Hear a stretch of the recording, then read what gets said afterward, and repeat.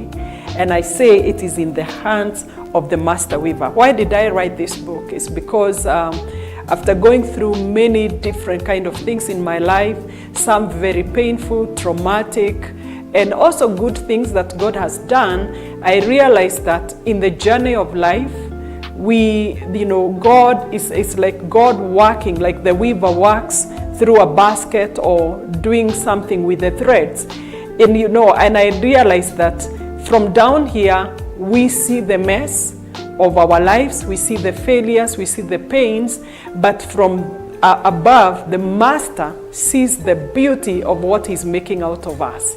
And through my life, I decided it is good to be able to share my story, because as somebody said, every life is a story if we care enough to listen.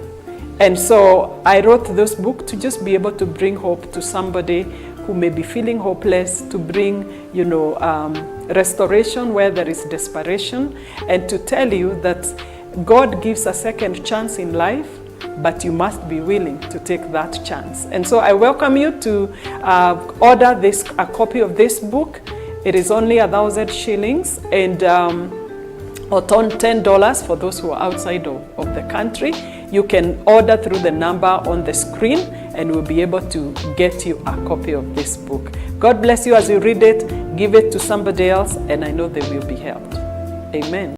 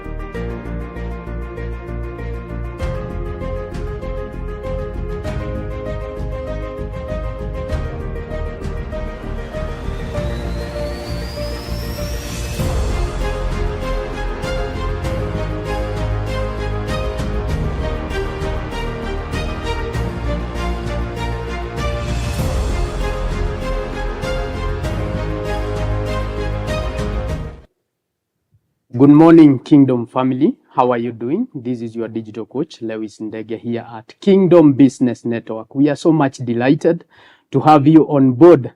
And for the past few weeks, we've been unpacking business principles for kingdom success. And today we are here to take it a notch higher.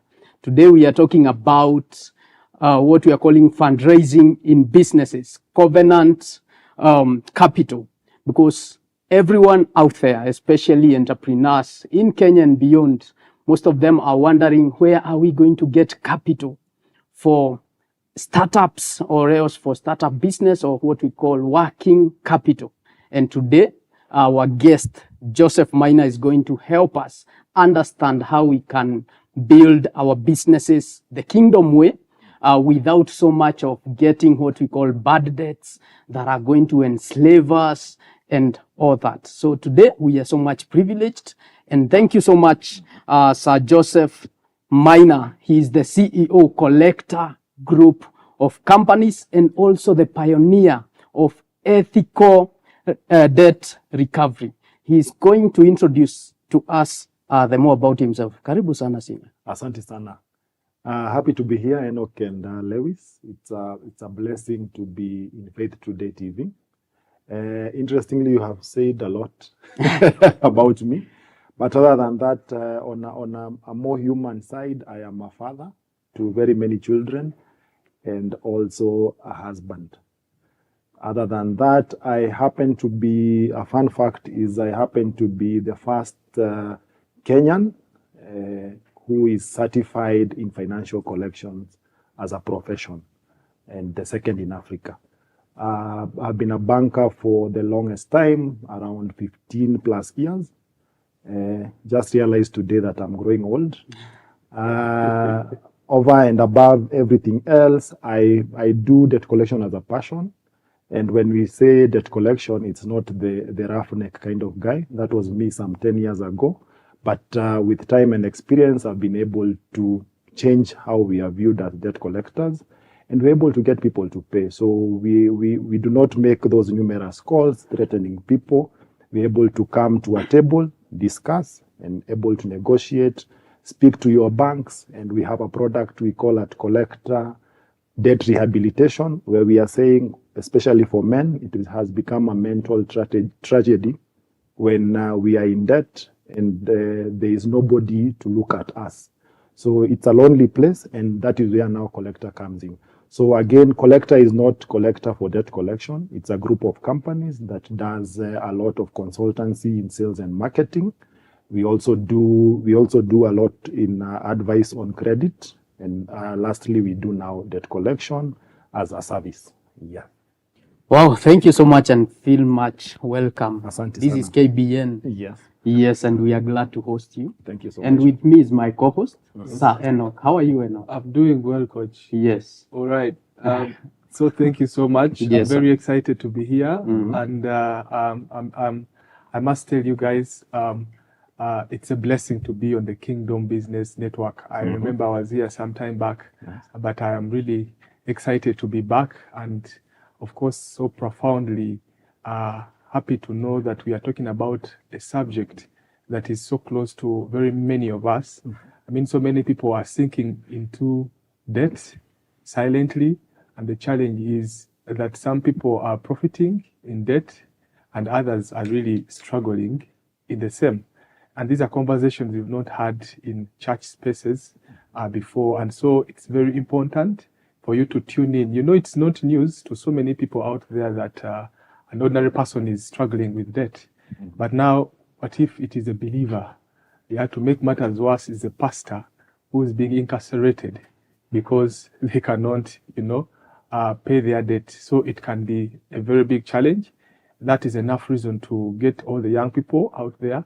You want to get money, you're fundraising. It's a very important discussion that you don't want to miss. Again, my name is Enock Kitondekijja, your digital wellness coach, and I'm from the House of Faith. Thank you so much again, Coach Lewis, for having me. You're most welcome. Yes. Yeah, so many people are asking, how do I access loans? How do I access capital without having to compromise my values? How do I get debts and equity without being enslaved by them? So today we are talking of fundraising the Kingdom way. And Joseph Maina is with us today so that he can help us unpack that and also demystify. And before we proceed, allow me to remind you that the easiest way and the best way for you to be of support to us is by ensuring that you share that program to as many people as possible. Click that like button both on Facebook and YouTube. And if you've not subscribed, this is the time for you to do so. Also remember us in prayers, and also financially, we are going to be so much grateful. So today, sir, we are talking of debt and equity as among the best ways of fundraising for businesses. And most Kenyans, to be precise, we have our ways of doing things. And I was reminding my colleague yesterday that sometimes when I'm counting the money I have, or else the capital I have, I'm also banking on the amount I have not borrowed, yet I am qualified to borrow. So that to me has also been added to my capital. And most of us are sinking in what we are calling bad debts, especially from mobile loans, from financial institutions like microfinance, and also individuals who we call Shylocks. So how would you say that such debts from mobile loans, from Shylocks, and those over high interest loans have affected businesses? Good question, and I like it that you said whenever we are calculating how much money we have, Myself, I also calculate that I have some Fuliza. Yes. So I will say I am at a dead end when the Fuliza is at zero. So that is a Kenyan way of looking at things. When you talk about debt, one is I do not just speak from a front of being a debt collector or a guru in that. I've also been in debt. And how did I get myself into that trouble? I was living beyond my means. As a banker, we have to look nice. I was the suit guy, the guy with the 50,000 shoe, the guy who has the newest car. So at the end of the day, the job did come to an end, and you are in trouble because you have all these things you were paying for. Then you don't have the money. Then again, there is the advent of mobile loans, where at the click of a button, I'm able to get a lot of money, and you can take from as many apps as is possible. But I always look at it this way: it's like a matatu going up Ngong Hills. Normally, you would say it will be able to get to a certain level, but this is how mobile loans look like. You have this matatu going up, but it has carried on the front bumper rocks. So it has trouble going up because now you have put another force to put it down. So mobile loans are promising us very good things, and I'm happy that with the change in the credit landscape, we can be able to get money without going to a bank, and the banks also are doing the same thing. So two things, there is good and bad credit. And mostly with the current economic times, we are taking loans for consumption. That is bad credit. Because once you have eaten that nyama choma with Lewis or Enock, then at the end of the day, these guys will come knocking at your doors. I'm happy that for mobile loans, they are not able to come to where you live. But what they will do is even worse, because they make calls to, as much as there's a regulation currently on collection on those loans, they still call you 50 times. They'll call your employer, they'll call your pastor. And the guy who looks very nice in a suit, Lewis, on Sunday, the pastor will be telling them, why did you put my name as a guarantor, which probably is not the case.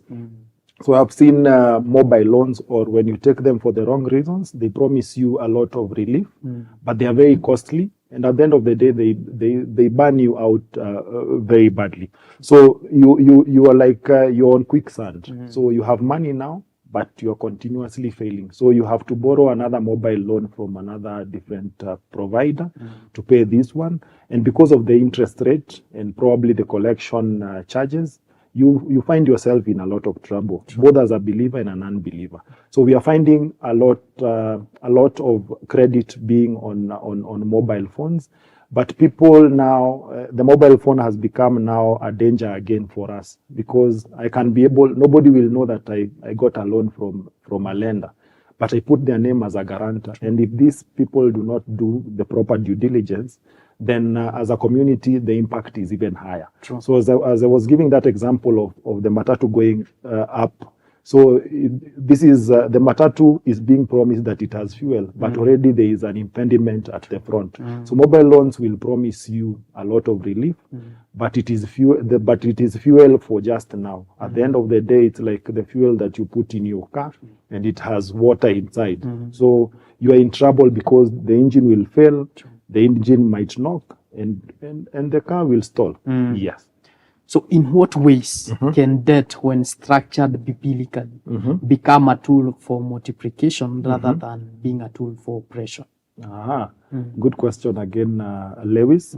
I'm looking at this in the Elijah widow story, where we are saying the lady was to provide oil and believe that it will be multiplied. So when we talk about faith and such like things, and believing that God will expand the jar, we are saying that if you are taking money for a particular cause, think around it. Think around, I want to invest in a motor vehicle. Is it a business vehicle, or is it for personal use? If it's for personal use, again, when you go to a bank, there is what they look at. We call them the 5 C's of credit, where the first C of credit, there is character. And that is why you're saying people, you might not know my character of a mobile phone, but there are other parameters to look at character. And when, and I'm happy that I happen to be a pastor's kid. So it is assumed that probably we are good or bad people. I don't know how you would assume it, Lewis. But that is not character. That is generalization of who pastors' kids are. It's a stereotype. It's a stereotype. You do not go to a bank and say, mimi ni mtoto wa pastor, for lack of a better word, and they will facilitate you. One, they are looking at character, and character will be even how people regard you, where you live. You might be saying you are a very good person, but our caretaker Motuko can tell us whether you pay tokens on time, whether you pay rent on time. So there are things that they look at when it comes to character. And when you say now we are getting good credit, is that this is credit that you had planned for. So if it was going for business, it is for purposes of business. Most of us, and I would say this without closing my eyes, we borrow money and the first thing we do is tithe to ourselves. And tithing to ourselves, I mean this, we first have to celebrate a little. Like myself, when I used to go to certain clubs on this Thika Road, there is a quiver. So when I get a facility, before I go to the kayad, I have to eat a little from that. So that is what I call a 10% tithe to myself. So I celebrate first, then now I think around, then I sit now to think around what do I want to do with this other money. But on a good day, if we are talking about good credit and you want it to multiply, we are saying it has to go to the right use. You have faith that I am putting this into this TV.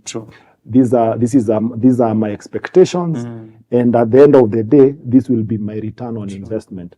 But most of us are taking these facilities for consumption, and a statistics and a fact that is there is that most Kenyans, 80% of Kenyans take loans for consumption. That means I borrow money for school fees. We first eat at home, then we pay a little to the school. But I'm happy that the banks pay directly to those institutions. That means they also know the challenge you have when you're borrowing. That you want to not diversify, but to put that money in a different place. So if you want money to multiply, it should be from a biblical perspective. The facility you are taking should be oxygen to your business, should be oxygen to your home. Money shouldn't be what breaks you. That there are people that get excited when they get something new. It's like a brand new toy, like men with cars. So when you get too excited about money, I was reading somewhere that money doesn't like noise. That is why in banks you don't find music. So if it doesn't like noise, it means you have to go sit somewhere, plan, and now have the end in mind. And now when you talk about bad credit, we are saying you are just borrowing for the sake, because I have what Lewis you said, when I'm calculating how much money I have, I'm also calculating that I have a fuliza. So I know when I go home and people ask me for that nyama choma, I can be able to buy it because I have a facility that is readily available. So with this advent of readily available monies, it is becoming a problem to multiply. So we are saying good credit always. Wow, I love the conversation so far. Enock, what do you have to say? I tell you, this is a very interesting conversation. Yes. Because when you guys then bring in the aspect of a PK, you are just switching and you're not tickling me. Because now you're talking about the Christian space, because that's where we find so many challenges. Yes. You talked about access to debt and these loans, and you gave an example of this widow in the Bible. And then Elisha comes in. He bails him out. But I feel like you need to also help us understand, because a date is not a very good experience. It's not really a great experience. And because now the framework of the digital space, it has made it so easy for us to enter into debt, to get these loans. You've talked about the mobile access, the mobile loan access. It's so easy. But again, you see, when statistics tell us, FSD Kenya says 1 in 2 people who borrow money are defaulting. You know, so there are higher chances that whether you're a believer or not a believer, if you borrow, you might default, and that affects your CRB or something like that. So now help us understand. We don't want to get into that space of, you know, having a bad record with CRB or CBK affecting your record. What are some of those, what do you consider actually for you to consider getting a loan? You know, I mean, before you even think about anything else, when do you get to that point that now the loan is the way to go? If it is not the loan, then I can do something else. What are the options? Yeah, so people understand that. Because I'm sure there are believers who are watching this and they don't want to get into that space. So what is that breaking point when they are free to now, you know, access a loan? And when should they not access a loan? Okay. As you have said it, and I will say from the FSD statistics that 1 in 2 people is defaulting. I think the number is even higher. Let's say 1.7 people in 2 are defaulting, and I've seen this. And when we say that collectors are making money, I've never seen people who are in trouble like currently is. We are seeing auctioneers seizing property. We have so many banks have started owning kayaks because there is nobody to sell to. Then the other thing, everybody is in trouble. And as much as I would want to dig deeper into those mathematics, we are saying we have a challenging environment, but the only way that when there is what is said that the best way to wealth is using other people's money, and using other people's money is not conning them, is getting money from other people who have it, and using it to better yourself. Then you are able to return. I am glad, and I will refer to our Muslim brothers who can borrow money today and tell you they will pay on Friday, and they do it on that Friday. For us, and I will not say, it will not be tribal, but we have found that there are people who will not pay, whether they borrow to default. And I have seen even branches close in certain locations, because it's a culture issue that we borrow money, it's somebody's money, and because it's not my money, I will not pay. So when you talk about, again, options, what options are there for us when we talk about how can I also build my business? Again, we have seen examples of in the Bible also, where we are saying there's the Ruth and Boaz model, where Boaz is coming and he didn't ask Ruth for a child as collateral.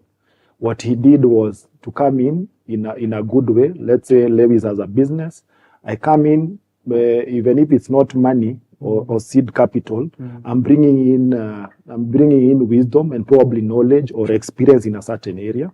So most of the time we only think that money is the only problem we have, and probably it's only that we already have the resources. It's only that we want to own 100% of a business that is not working. But as you have said, if I said I failed because I owned a microfinance, we had very huge investors, and because we brought in people whose ideals were not similar to ours, we failed miserably because they wanted other things that we did not want. So that model would have worked if the only thing we were lacking was the resources. But the other thing we were lacking was structure, and we also were lacking leadership. So we might say I had experience in banking and microfinance, but we also needed expertise on how to handle conflict in the boardroom, how to handle investors who are not ideal for us, or even how to recruit our staff. So had we taken people up or consulted on those particular areas, we didn't need any additional money. So what other options are there? You can always ask for input from family or friends. Of course, I know it's problematic because we want to be success stories without people knowing what we are doing. Say you are a digital coach, you want to be the best digital coach, but you don't want your relative Joseph to know what you do in that space. So most of the time, it's not the money we require specifically. But if we want to multiply our business, of course, we need to use people's money and to get it right. So first, it's an inside job. And I'm happy that we on a Christian-based TV, where we are saying it's an internal job. I might say I'm a Christian, but my internal is not Christian. So I'm only Christian because I am a pastor's kid, or I'm only Christian because people are seeing me. Because you are Joseph. Because I'm Joseph. And Joseph from the Bible, always tell people that I'm Joseph from the Bible, the one who runs away from Potiphar's wife. So we are saying that there are various options, and these options are available to us, but we have to have an internal mechanism to work around us and agree that we do not know everything. Because my assumption that I knew everything around microfinance got us into trouble, because we could have first given ourselves some time to learn the other dynamics of now running our own operations. Because the other time I was an employee, so I thought it was just a walk in the park. But here we are saying you're in a business, you might think you know everything around that business, or you have the right people with you to make it work. But there is again the Ruth and Boaz model, where we are saying you also want to take up people who are in the same line as you. There are times, and I'm happy that church is a rehabilitation center. It's not for those that are perfect. And it being a rehabilitation center, having worked for a Christian bank, our biggest defaulters were Christians. So their excuse was, when we are collecting these debts, they will tell you, pray for me so that I can get this money. But even if you're praying, you are not working. I found you at home. You have closed business. So how do we pray that money appears mysteriously in your account? So again, that is where Collectr comes in. You're already in trouble. Can we work around this trouble and get you up? Most people, and I will tell you this for a fact, and I shared with you somebody who asked me, you mean you can get to talk business in a Christian channel? Because it's not normal. It's not usual. Christians, we are all knowing. We are our own small goals, and we are all knowing, and that is our biggest problem. And us being all knowing, you will find that if tomorrow we want to organize a free business seminar, people won't attend. But the moment you call for a networking meeting, and for non-believers, all CEOs in Kenya attend. And you will not find again Christian CEOs in that sitting, because we again are all-knowing. And us being all-knowing, we are already in trouble. So there are so many options other than just debt that you can get free things. We said you want to be on a board of a certain institution. They will gain so much, and probably the only thing they might make millions, but they do not want to involve you. And that is already, it's not debt, but this is, you are offering this service, you're offering this wisdom in a certain area, and probably that is the only thing this business requires to move ahead. So when we are talking about, even with the political mood that is currently there, most people and most millionaires are made when the economy is depressed. So I'm still believing that this is also our time to make money. And we might not need those debts. Probably I just need to use Lewis's car to go into a board meeting at Coop Bank and find the CEO. Then he opens the doors that I want. But it's not about just looking at banks for money or the mobile phones for money. We can be able to do even a lot more without that money. Wow. I think I love it so far that when we talk of capital, we don't necessarily mean money factor alone. We have so many other resources that we can best utilize. Just to remind you, keep your questions coming. Joseph is here. In our second session, he's going to answer as many of our questions as possible so that we can be enlightened. We say this is KBN, and our work is to empower you in terms of kingdom mindset, in terms of building wealth for purpose. Yes, and for impact. So maybe you can tell us this as we wind up our first session. Do you mean that every business needs to fundraise? Every business needs to have ways of getting money to work, or else working capital? For me, I would say it's a huge no. And the belief that there is so much money available currently, including grants from abroad and such like things, we said we start with our own internal working. True. And internal working, we are saying, we move from the belief that we always need money to, or we always need to fundraise to do something.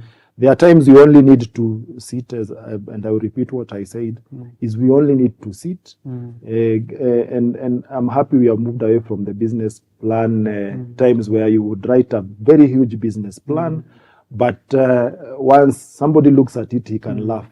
True. Because you in this era again we have AI and ChatGPT. Wow. Where if today I want to start my own institution, I do not need to have those skills. I just need to go to ChatGPT. It gives me everything around that area. Wow. And with this exposure to new technologies, you just need to go there, get to learn. If I wanted to start a digital training institution, what do I require? Let's hold it at that point. I believe we have so much to come and unpack and continue demystifying for the purposes of you excelling in business. So keep the questions coming. See you in 2 minutes. Don't touch that dial. Thank you.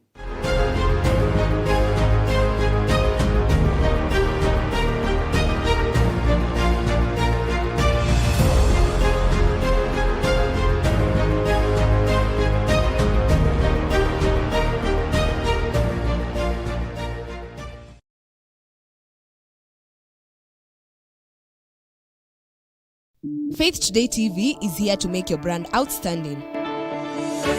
Worry not on where to advertise your business or your product. Call us on 0114 777 000 or email us on info@faithtodaytv.co.ke.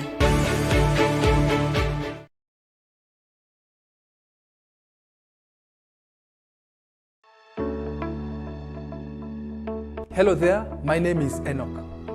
Taking care of your health should be a top priority. Looking at the various engagements that we have today, it is so easy to forget about our health, mental well-being. That is why we introduce to you the Healthy You Talk Show, a brand new show that is going to address matters concerning your health, nutrition, stress management, mental health, name it. We bring to you a wide range of experts who are going to be touching pertinent issues concerning our health. Tune in every Tuesday at 10 a.m. live on Faith Today TV.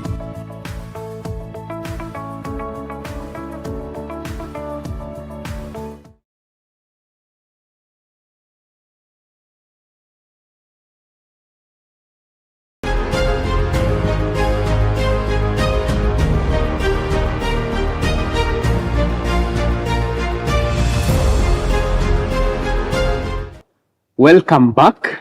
This is KBN. We are glad to have you on board. Our first session has been lit. We've had nuggets of wisdom from Sir Joseph Maina, especially in the place of building our businesses in terms of capital. And I love how you've concluded that you don't need to fundraise. You don't need to think of grants and what you don't have. Because I am also an avid advocate of utilizing the available resources. Before we engage in a conversation on what you don't have, let us first deliberate on what you already have. And sometimes what you have may be just a good association, may be just a good affiliation. It may be just a strategic positioning. It may be the skills you have. So I think that is a wonderful way of putting it, that before we go to the extent of getting deep in debts and getting unnecessary debts, we first utilize what we have. And then if we must get capital, if we must get that extra amount to help us facilitate our businesses in a better way, then we need to be strategic. Yes. Sir Enock, what do you have to say? I mean, on top of whatever Coach Lewis has said, associations, I think they are very key. True. And very paramount. But now the conundrum is with the Christian space, like you said, doing business is not easy because some of them are not really honest and are not, the integrity is a bit lacking, and that is a challenge that we have. Yeah, but again, I also appreciate that you have given us a bit of elements we can consider. You talked about us looking into now the internal space, the values, I mean, what valuable thing can you offer, the structures, look at them. I think that's a framework that can help us. But then also, I want you to help us understand the partnership model, you know, because I know that is a goal for even you and SDG. Yeah, actually, we usually talk of the last United Nations Sustainable Development Goal, partnership for goals. Partnership for goals. Partnership for goals. So now, how do we as believers access funding or, you know, do get the money before we enter into debt through partnerships? Interestingly, you have brought a great question. Partnership partnerships can make again can make or break you. And I'm happy that even in the Bible, when Jesus was being crucified, there was somebody who helped him with the cross, isn't it? Meaning we all need somebody. And somebody, again, I want us to move away from the money aspect, because I also was born thinking you whenever you asked what is the challenge, you want to say this. I will say this in Swahili for Enock. Sina do, sina capital, and that is what everybody says. But I think it comes with age that you are learning, and I want to unburden this. You have to find, when we talk about partnership, and in a Christian for believers, is that we have destiny shapers. And I love Apostle Suleiman. I love listening to him. And he speaks of business in a godly way, and we have to find ourselves who are our destiny helpers. And destiny helpers are might not be your normal friends. I remember him talking about four types of destiny helpers. That we have somebody we call a burden bearer. This is somebody who knows Lewis inside out. That they can be able to vouch for you when you don't have the 1,000 bob that I usually borrow. He already knows. He can already tell. I can already tell when I meet Lewis, this guy has not taken tea. That is a burden bearer. So we have to ask ourselves, do we have burden bearers? Because most of the time we are always talking about we have frenemies. Like now there is a good song that is trending, and it's saying all my enemies are doing something. They are suffering. So most of the time we do not talk about friends. When we talk about destiny helpers, you have to know who is your burden bearer. That this guy can tell. Like personally, I appreciate and thank God that I have one. Whenever I keep quiet for some time, he knows that this guy is suffering, and he can tell. He will call you and say, wewe hujakula lunch, ama wewe mbona umepotea, and probably he has not even seen me, but he has become now my burden bearer. So when we're talking about partnership, you need to find out, do you have somebody who can be able to critically tell you in a positive way, because most of us don't take criticism very well. Do we have somebody who can tell you the truth? I do not like how you are wearing, and you're okay, and you will go change. I do not like how you do business, and you're okay, and you'll go change. Or you will ask them to tell you how to do even better. So that is one when we talk about burden bearers. Then there are people we call gifted. We call them gifted men. People who have different skills than you. Nice one. People who have different skills than you. These are people who know things that you do not know. They can be older, they can be younger. Like I appreciate Lewis a lot when he asks me questions. Then I'm like, hey, this guy is doing very well for his age. So we have to have gifted men around our lives. These are people when you have those hard questions and you ask them, they can be able to tell you that these are the things you need to move from point A to Z.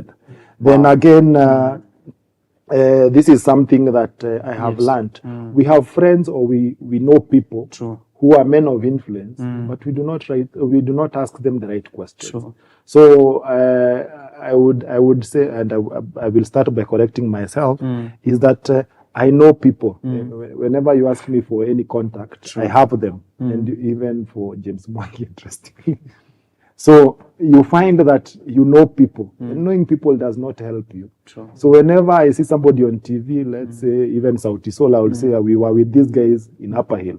But other than that, can I call them for my wedding? I don't have their contact, so it doesn't help me. So actually, you need. Oh, sorry. It's okay. It's okay. Yes. Actually, that brings us to our first question from Kelvin. Kelvin is asking, why would someone choose to give away part of their business instead of just taking a loan? Great question. And there is this adage that says most of us, and I will say Kenyans, most of us who are getting into business, we get into business selfishly.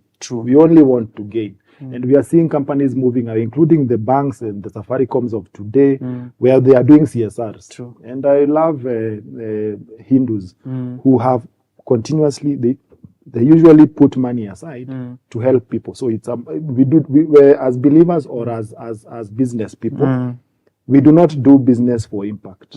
So we are doing business selfishly. That I might be the richest man in Moranga, where I come from, or I'm the richest young man in Nanyuki, where I hail from. So we want to own 100% of a zero business. Unlike somebody in America or any other city, without mentioning names, who owns 1% of a multi-billion business. So I would rather be a 1% shareholder of a multi-billion business than be 100% of a 10,000 business.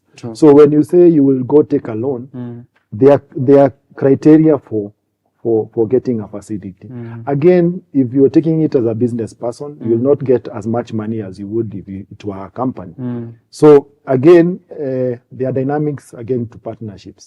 If you have a solid board for a business, you will even get more money than if you are alone. Because there is the sole proprietor syndrome, where if today I die, everything fails. My wife doesn't know how my business works. My children don't know. And I'm again saying we have to be, if you're looking at impact, look at succession. If my business today doesn't work, even if I have a son who harbors dreams of becoming an artist, and he doesn't want to get into business, who else can take over this business when I'm sick or when I'm not doing very well? So we have very many. We call them. I call them self-employed, not business people. So most people are self-employed. That if today I got into an accident, everybody in the office will be very happy because we have a free day. We are on leave. But now, if you are looking at Kingdom and the impact your business have to have, you have to have a succession mindset and an impact mindset. That is why you see blue chip companies continuously. And I'm happy again the stock exchange has said we can now buy as little as one share. Meaning I can own one share in Safaricom. Meaning I'm owning a business which I'm not running on a daily basis, but it is working. It has the system, the structure and all that. Actually, Ruth is asking, if my business is not yet profitable, can I still qualify for debt financing? If your business is not profitable, interestingly, businesses that are not profitable get a lot of money. Because the other thing, we do not want, if you're already profiting, you should be using that money to reinvest in your business. Okay. So for Ruth, and I'm happy it's a Ruth, it's a Ruth that in your business, you do not necessarily need, if you're not making profit and it's still running, you can be able to reinvest the money, the little money that you're making. You do not require debt. at some point probably, and I would be happy to offer free consulting for Ruth, is we look at your books of accounts, you look at areas where you're falling short. Probably it's your expenses that are too high, might be the staffing costs, might be the tea that you're giving to the staff. When you look at your operational costs, you can be able to now choose the path you want, whether I need equity or I need a loan facility for my business. Yes. Helen from Juja is asking, Yes. is it true that loans are more accessible than equity funding in Kenya? Loans are more accessible Than equity funding in Kenya? I would say yes. And there is a time I was looking to get funding externally. And for startups, most startups that have Mzungu, Angel investor. not just angel investor, if you have Mzungu in your board, it is easier to get money than somebody who doesn't have Mzungu in their board. Right. It is assumed that this is a solid board. And there was a time there was higher Mzungu for your board, and people did hire, and they could get equity. But again, as Helen has said, equity, we have something we call investor preparedness. Again, most people are not prepared for equity funding. So they have no books, they have incomplete records. And that is where we are saying it is an internal thing that we have to work on.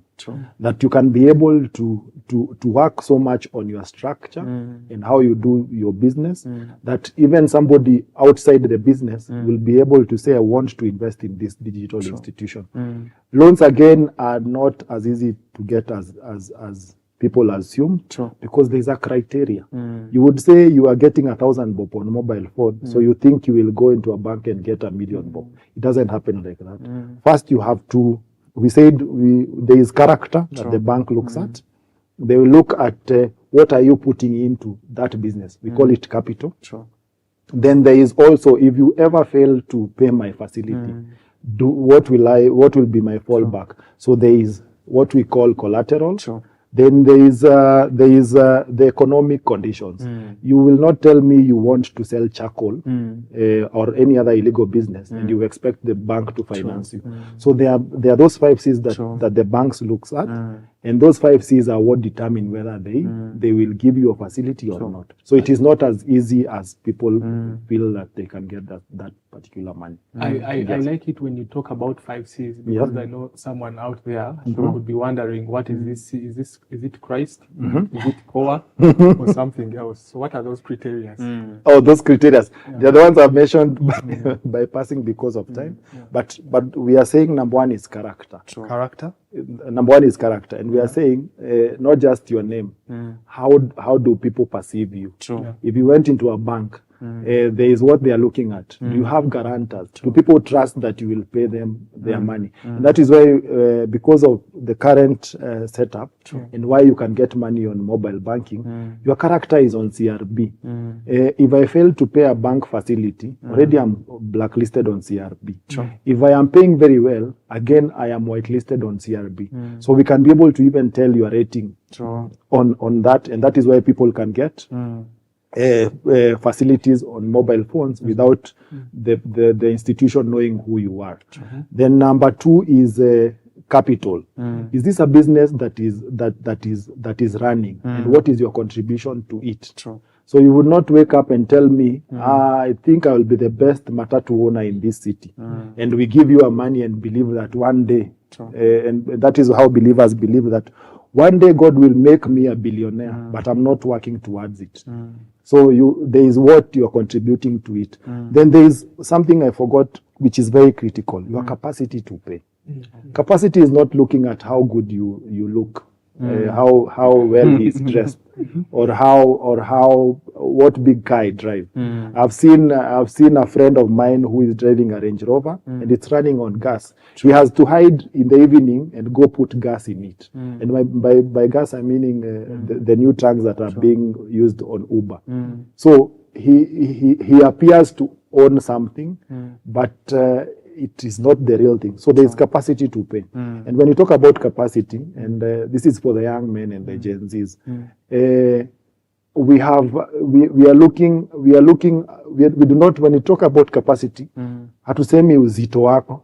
When in Zito and the names we call each other, when you want to borrow in Kenya, or you call somebody kiongozi, chairman, you're not looking at those things, but how much beer I can buy, Mudosi, Bazoo. Yeah, you see, you have you have gotten the gist.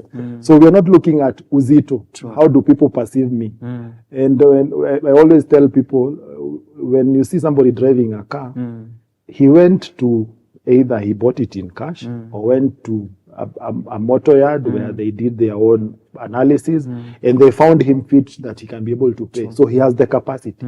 So not everybody can be able to get a car. Because some of us, you have to use the motorbike, whether you like it or not.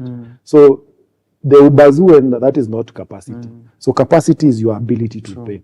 And ability is how much money do you make. And from Helen's question where he asked whether you can get a facility, is when the money I make every month, can it be able to cover my monthly installments until and still I'm able to live in a good manner. I'm able to eat, I'm able to school my children, and we can be able to go to work and such like. So that is capacity. Then maybe before we proceed, yes. Rosemary from Kasarani is asking a very interesting question.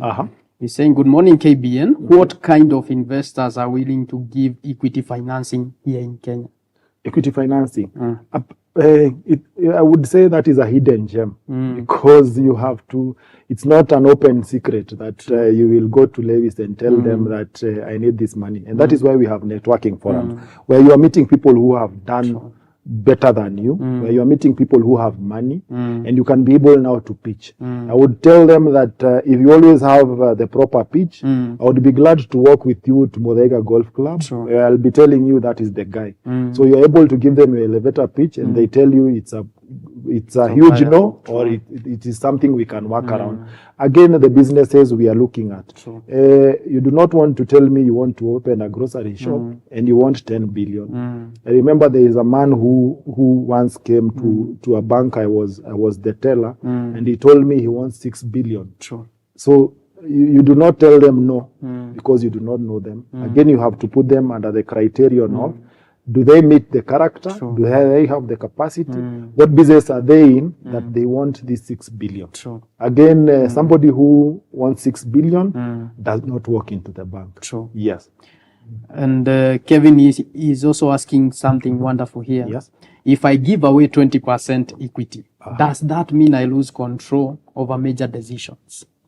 20% is very little. And when we say you're giving 20% of what?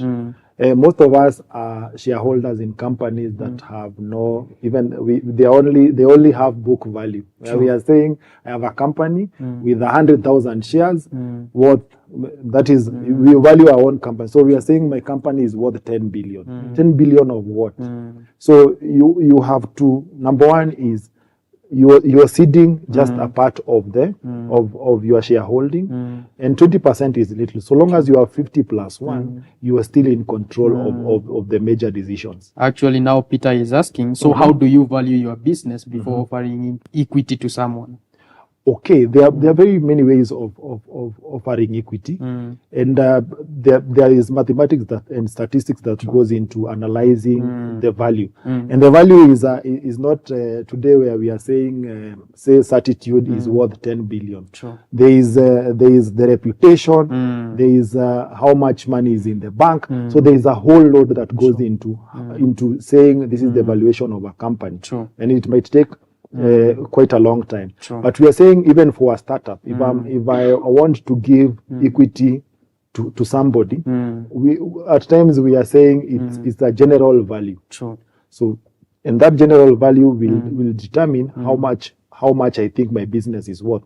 But there's a lot, and there are people who are specific that do company valuation, and they can be able to tell you how much your company is worth. Then you make a decision on how much equity you want to seed. Yeah. Wow, thank you so much, our viewers, for keeping us engaged and also giving us your questions. I think we are so much delighted to be beneficial to you. And Joseph is really doing us justice. He's breaking them down to something very consumable. And I think that is so wonderful. So maybe we can take one last question from our viewers because time is also running. And something very interesting here.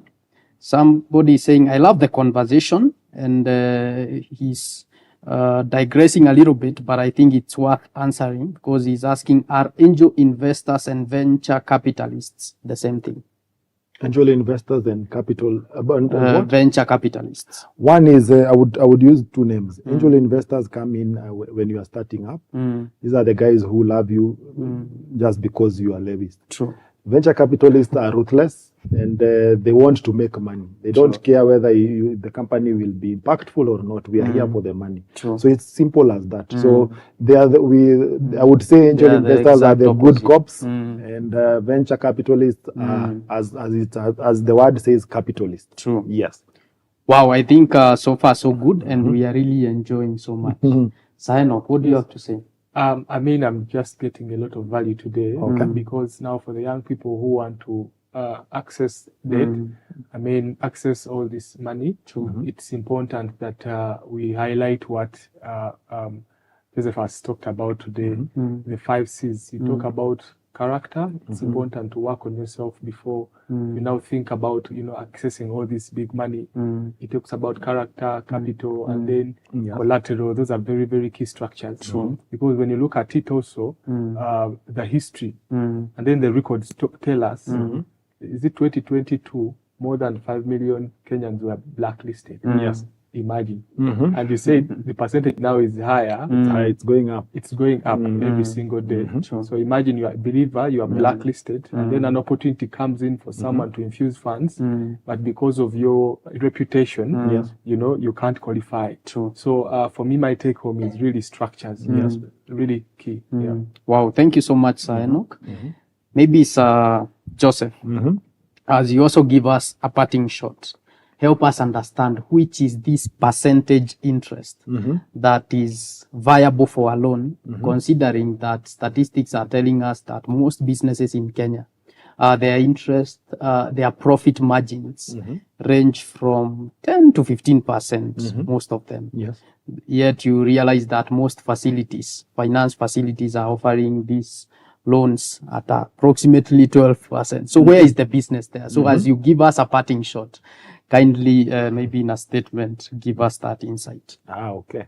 That's a great question. And I usually say facts are facts. True. And banks also work with what is there. So they are also looking at making money because they have people, they are liable to people who have saved with them. True. And they also have to give them interest.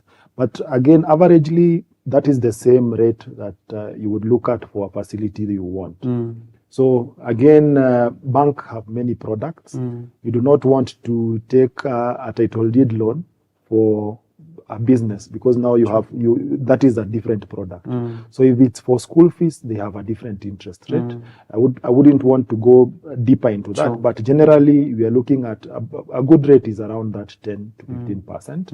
And I love that SACCOs have the 12% that is reducing balance. Whenever possible, and where SACCO cannot support you, now you can move into a bank confidently because now you have learned the art of saving, and now what we talked about multiplication. And by you said we are ending, and my parting shot would be: we remember that we are not looking at money and debt as the only way to get ourselves to the next level. We have to look at those 4 destiny helpers. We said we have the burden bearer. This is somebody who when your business is in trouble, he can put in the 10,000 at no interest, and he can be able to carry you around up until you are able to sort yourself out. And we talked about the gifted men, people who have the skills that you don't have. If it's a coaching, say, if I am not good in digital wellness, I know there is an Enock. How the other thing I would say, we are mostly selfish. So when you're looking at even talking to people who are gifted in your area, what is in it for them? True. Are they winning? So, and by winning is not looking at just money, because again, we are looking at money as the only way we As can the end exchange, we can exchange resources. But we are saying, if Enock is able to come make me very good in the digital space, then I, Joseph, will be able to help him cover the people who are not paying, the clients who are not paying on this other side. So it becomes a win-win. Then again, we said there is men of influence. These are people who are known in that sector. When you talk about, and I would say, when you talk about Muranga, the first things that comes is the Rwadia boys. You'll think of John, you'll think of Munga, you'll think of James Mwangi. When I say that I am married to Mwangi's daughter, already you have confidence that this is a person I can give money to. So again, when we meet these people of influence, what is our language? I remember we were catching up and saying communication is very interesting. It's a cocktail. How do you speak to these people? Or am I speaking to them like somebody who is, you want, for lack of a better word, I would say woye. You're always working to people and you are woye. Woye nisaidie. You are like, you only need help. Yes. You have nothing to offer. I know I have something to offer James Mwangi, which he doesn't have. So what is this gift that I can offer this person, and he can in turn do it for me? Wow. Then lastly is the divine connector. Yes. The divine connector is somebody who can make your life very easy. You need a job. I need to win a tender with EPRA. This is the guy who says, I know this guy. And when he says, I know this guy, the efforts I would have used or the money I would have used to oil hands is already closed. So you have to look at those 4 people. Stop looking at the money aspect. So look at business from an impact point, and now money will start coming to you. People will want to offer resources to somebody who is already working. Thank you so much, sir. Yes. So because we also have our viewers who want to view you as one of those persons, maybe I would want you to give them your contacts or how they can get reach of you. Yes. Good. So as I said, I'm Joseph Njuguna Maina. I would be glad for this particular show to offer at least 10 people free consulting. And we can discuss on the nitty-gritties later, and you can share that later. But my phone number is 0720 386 278. 0720 386 278. You can text me, you can share your questions. I would be glad to support you as I also seek to impact your business.